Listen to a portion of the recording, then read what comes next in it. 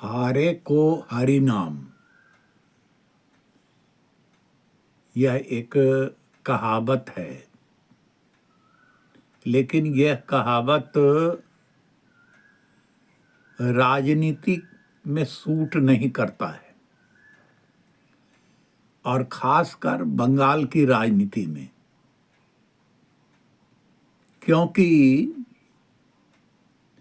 हिंदुस्तान में अगर नौटंकी नाटक का कोई गढ़ रहा है या आज भी किसी न किसी रूप में अगर वो वर्तमान है, तो वह बंगाल और कलकत्ता की नगरी में वर्तमान है। अभिजीत रे के जैसे सिनेमाकार हुए, रविन्द्रनाथ टैगोर के जैसे साहित्यकार और नाटककार हुए, लेकिन इन लोगों का उद्देश्य राजनीति कभी नहीं रहा। इन लोग का उद्देश्य रहा किसी सामाजिक समस्या को उजागर कर जागृति पैदा करना। लेकिन बंगाल में एक सिनेमा में तो नहीं, लेकिन राजनीति में एक नेत्री पैदा हुई, जिसे कभी कहा गया कि वह नेत्री शेरनी है। वह किसी से भिड़ सकती है और वह अपनी पॉपुलैरिटी के लिए लाठी खा सकती है, बगावत कर सकती है। उस नेत्री का नाम था ममता बनर्जी। काश ममता बनर्जी का वह शेरनी का स्वरूप अगर बंगाल के वास्तव में पुनर्निर्माण के लिए अगर हुआ होता, तो हो सकता है बंगाल दूसरी दिशा की ओर चला होता। लेकिन ममता बनर्जी ने धीरे धीरे यह स्पष्ट कर दिया कि उसके लिए न बंगाली है, न भद्रलोक है, न बंगाल का विकास है। उसके पास अगर किसी चीज की भूख है, तो वह भूख है सत्ता प्राप्ति की। और सत्ता प्राप्ति के साधन के रूप में उन्होंने जो रास्ता अख्तियार किया, वो रास्ता बंगाल के लिए वास्तव में एक आत्महत्या का रास्ता था।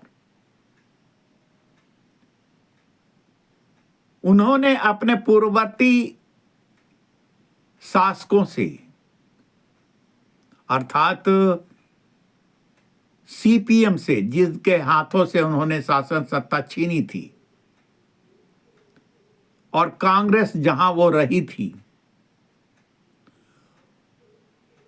उनकी गलत राजनीतियों को उन्होंने अपना लिया। बंगाल के विकास के लिए, भद्रलोक के सम्मान के लिए उन्होंने कुछ नहीं किया, बल्कि वो उन्हीं रास्ते पर चली जिस रास्ते पर कांग्रेस और सीपीएम चली थी। अर्थात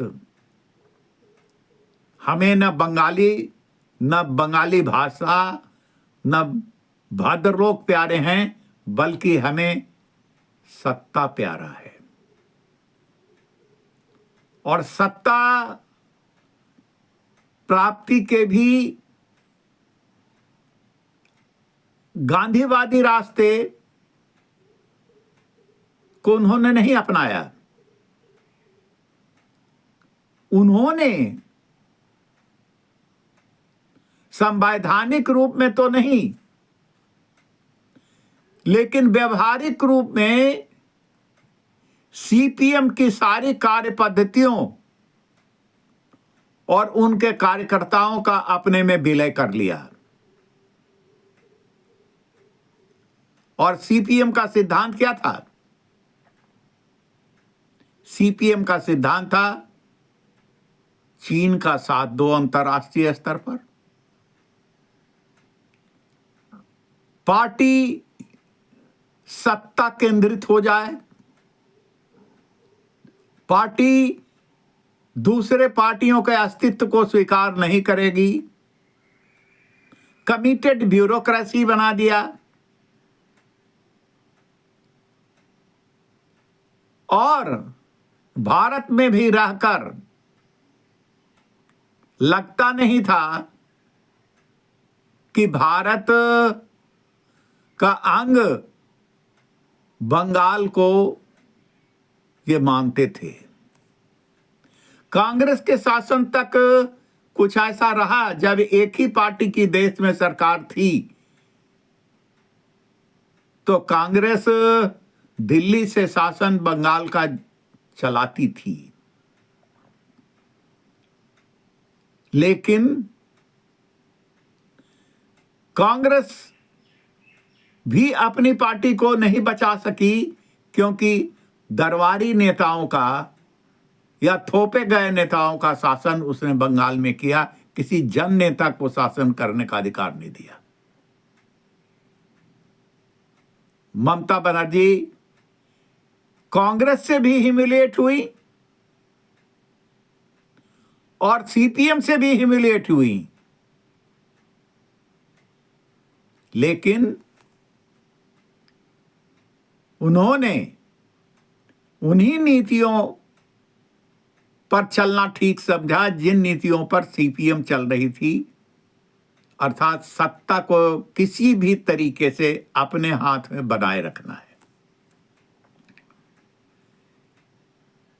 इसके लिए किस सिद्धांत की रचना की इन लोगों ने कि खुद भी खाओ और दूसरों को भी खाने दो, जिससे कि मेरे विरुद्ध कोई आवाज ना उठ सके। अगर आवाज उठे तो जिन लोगों को हमने कैडर बनाया है, खाने का अवसर दिया है, उनसे हम उनकी आवाज को दबा दें।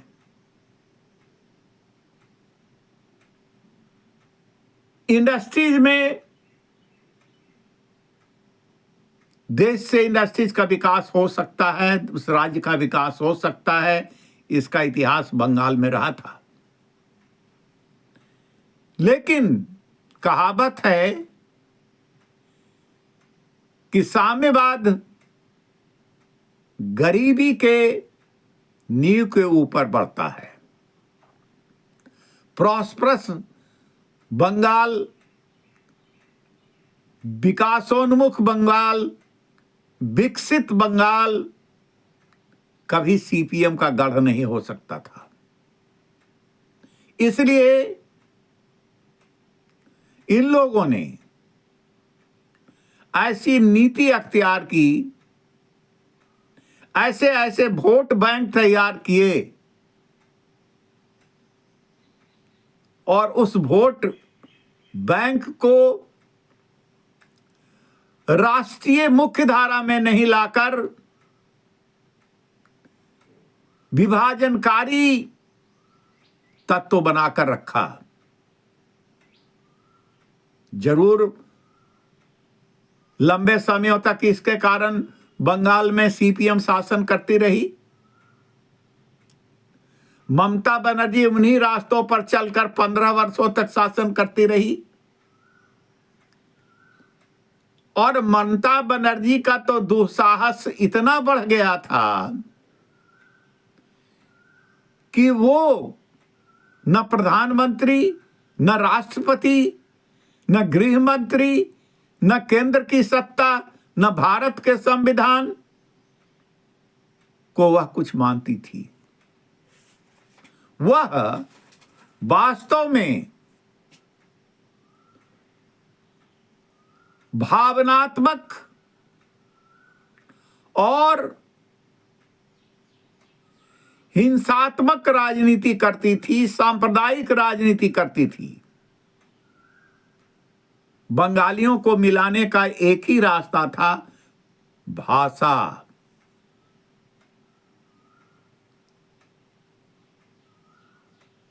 वो भाषा के नाम पर देश में सिर्फ तमिलनाडु में राजनीति नहीं हुई, बंगाल में भी इसका उदाहरण जो है ममता बनर्जी ने पेश किया था।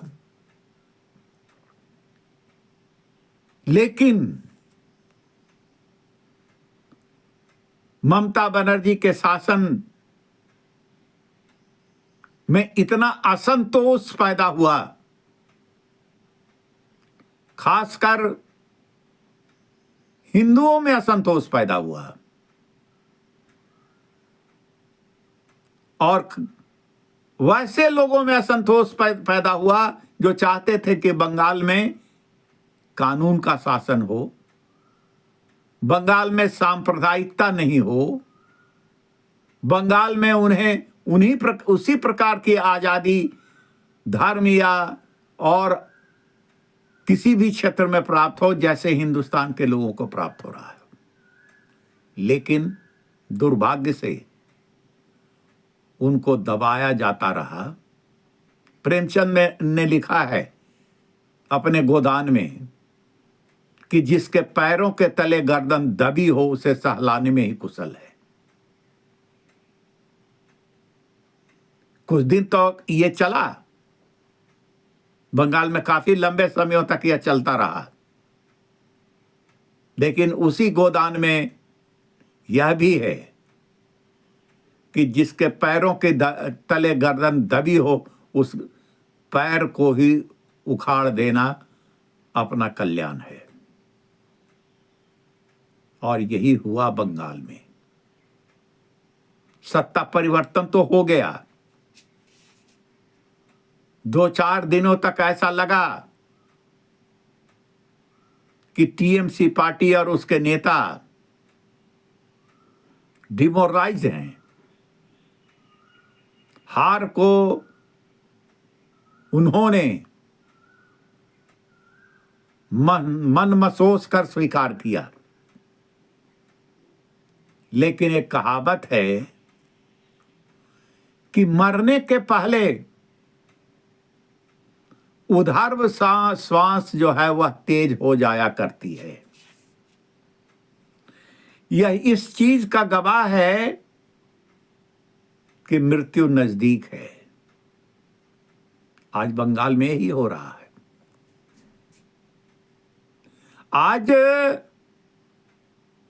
फिर नौटंकीबाज बंगाल में सामने आ रहे हैं। हमें या आपको यह स्पष्ट नजर आया होगा कि कल्याण बनर्जी और ममता बनर्जी के भतीजे अभिषेक बनर्जी, खुद ममता बनर्जी नाटक के लिए तैयार हो गई हैं। आपने सुना होगा कि हेलमेट पहनकर अपने ही लोकसभा क्षेत्र में कोई घूमे और उसके शरीर में मामूली खरोच हो और उसका इलाज भी वह सरकारी अस्पताल में नहीं कराने के लिए गया हो, क्योंकि वहां इलाज होगा तो सही क्या बात है ये पता चलेगी। प्राइवेट अस्पताल में गए, वहां भी उनकी कामना पूरी नहीं हुई, हॉस्पिटलाइज करने से इनकार कर दिया कि आपको तो किसी प्रकार की चोट है ही नहीं। ये सारी चोटें किसी चोर चोर नारा लगाने वाले ने नहीं की है। अंडा से फेंकने से ये चोट नहीं आ सकती है। ये चोट एक खरोंच अपने शरीर पर अपने द्वारा ही लगाया गया था। इसकी प्रबल जांच की जरूरत है कि वहां प्रदर्शनकारी कौन थे। टीएमसी के थे, उन्हें लाया गया था। और सुनिए, फिर दूसरे दिन इधर अभिषेक बनर्जी तो दूसरे दिन कल्याण बनर्जी।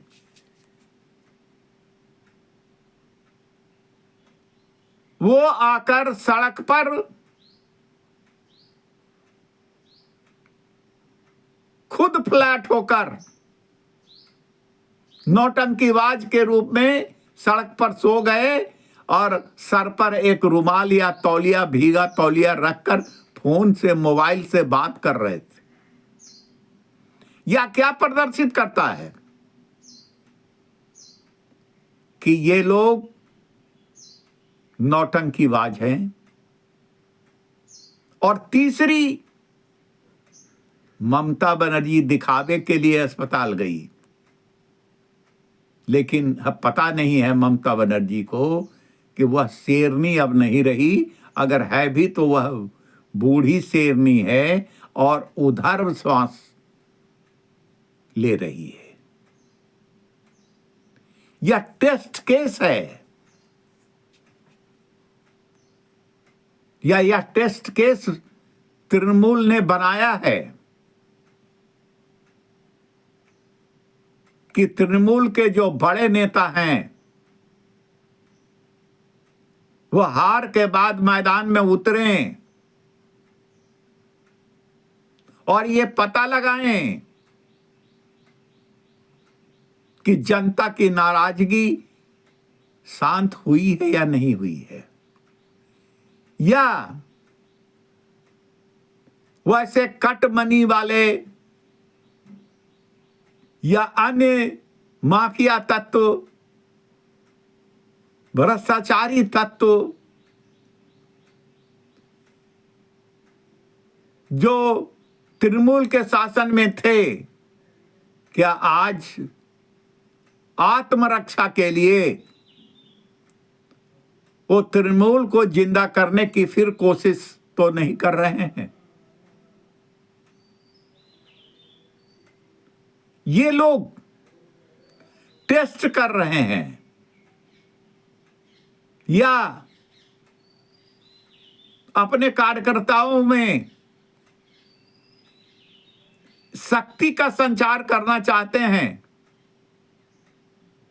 कि तुम लोग सड़क पर निकलो,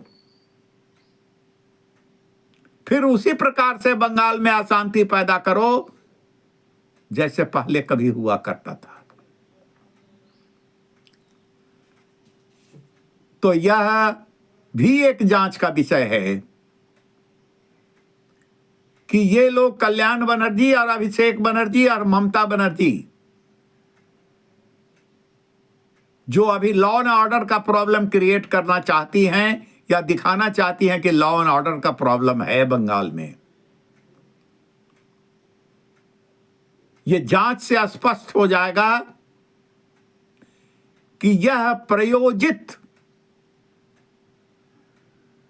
नौटंकी इन लोगों की है।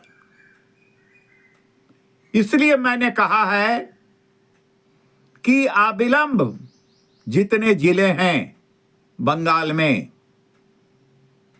एक जांच एजेंसी बैठा दिया जाए और इनके कुकृत्यों के रिपोर्ट ली जाए और उसके आधार पर कानूनी प्रक्रिया की जाए।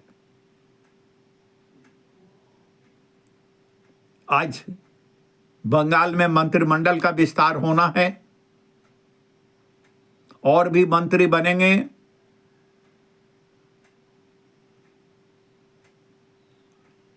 और स्पीडी काम इस बात को ये लोग मिलकर करें। इसके साथ साथ एक विकास का रोड मैप भी बनाया जाए।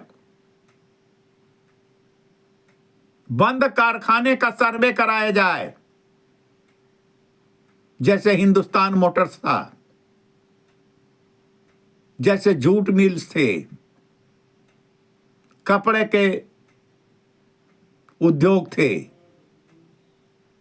या बहुत सारे उद्योग थे। 6000 उद्योग बंद हैं। उनमें से किनको रिवाइव किया जा सकता है? एक जमाना था कि हिंदुस्तान मोटर्स का एम्बेसडर गाड़ी हिंदुस्तान प्रसिद्ध था। एक जमाना था कि जूट मिलें लाखों मजदूरों को रोजगार देती थी। कपड़ा का गृह उद्योग बंगाल का काफी हिंदुस्तान में प्रथम स्थान रखता था। तो इसलिए सत्यम जयते फ्रंट यह चाहती है कि बंगाल में शुभेंदु अधिकारी